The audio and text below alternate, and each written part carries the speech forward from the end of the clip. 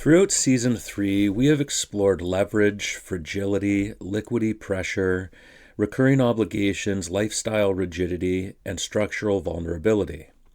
We examined topics like subscription creep, lifestyle expansion, mortgage pressure, vehicle financing, and income volatility.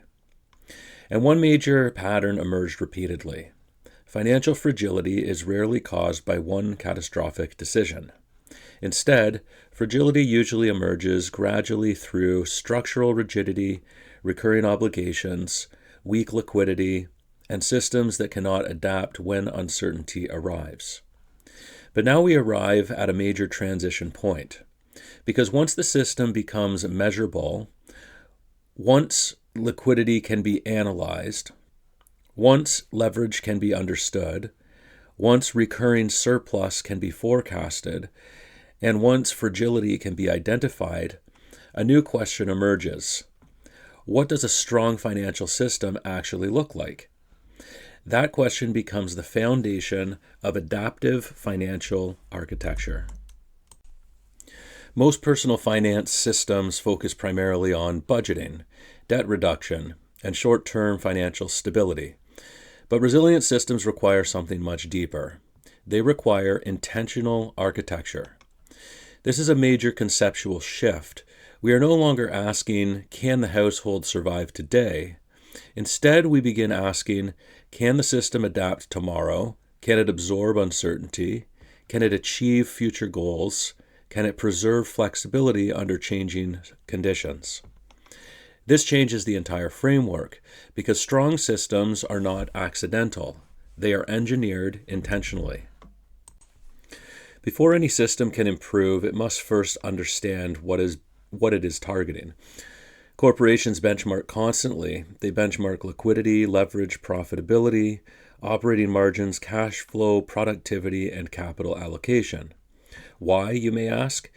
Because systems cannot be optimized without measurement. Households are no different. But traditional household finance benchmarking is often generic, static, and disconnected from actual goals. For example, save more money, reduce debt, hold emergency savings. Those ideas are directionally useful, but adaptive financial architecture requires structurally integrated benchmarking. Because a healthy financial system depends on goals, volatility exposure, future obligations, time horizon, leverage structure, and desired future state outcomes. This is why benchmarking becomes foundational. Adaptive financial systems operate through three interconnected cash flow systems. Cash flow from living. This is the operational engine. It includes recurring income, recurring lifestyle expenses, contribution margin, and recurring surplus generation. This is the system that creates liquidity, absorbs shocks, and preserves adaptability. Strong systems require positive recurring operational cash flow because recurring surplus creates flexibility, optionality, and resilience. Cash flow from investing. This is where the framework evolves dramatically. Traditional investing discussions usually focus narrowly on stocks, ETFs, retirement accounts, and portfolio returns. But adaptive systems think differently. Cash flow from investing becomes future state engineering. This includes retirement goals, education funding, business creation, productive assets, skill acquisition, geographic flexibility, entrepreneurship, and future optionality. This is not merely investing, this is constructing desired future states. Thirdly, cash flow from financing. This is the leverage system.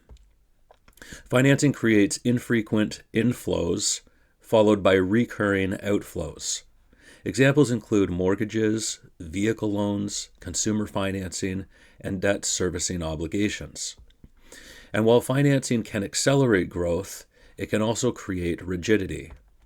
This is critical because financing structures must never destabilize operational stability or future state investing capacity. One of the most important insights in adaptive financial architecture is this. A household may be operationally stable while simultaneously being strategically fragile. This is extremely important. Operational stability means bills are paid, cash flows remain positive, and liquidity survives. But strategic stability asks a different question. Is the household actually moving toward its desired future state? Because many systems survive month to month while underinvesting, undersaving, delaying future goals, and failing to build long-term adaptability. This creates strategic fragility, meaning the system survives today, but future state objectives eventually fail. Adaptive systems must therefore optimize both operational resilience and future state construction. Fragile systems usually share common characteristics: weak liquidity, thin recurring surplus, high recurring obligations, excessive leverage, and dependency on stable economic conditions. Adaptive systems operate differently. They prioritize recurring surplus, liquidity reserves, controlled leverage, flexibility, and future optionality. This is one of the deepest shifts in the framework. The goal of financial architecture is not visible consumption or maximum lifestyle expansion. The goal is adaptive capability. Because adaptable systems survive uncertainty, preserve future choice, and create strategic flexibility under changing conditions. Ultimately, adaptive financial architecture is about preserving future freedom, not merely surviving uncertainty, avoiding collapse, or reducing stress, but creating systems capable of adapting, evolving, and intentionally constructing desired future outcomes.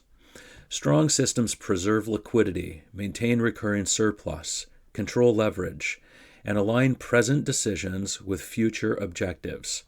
Because future freedom is not accidental, it is engineered structurally over time. In the next episode, we begin benchmarking operational financial architecture.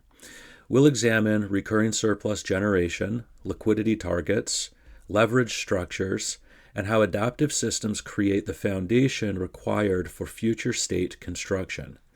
Because before systems can compound wealth, they must first compound resilience.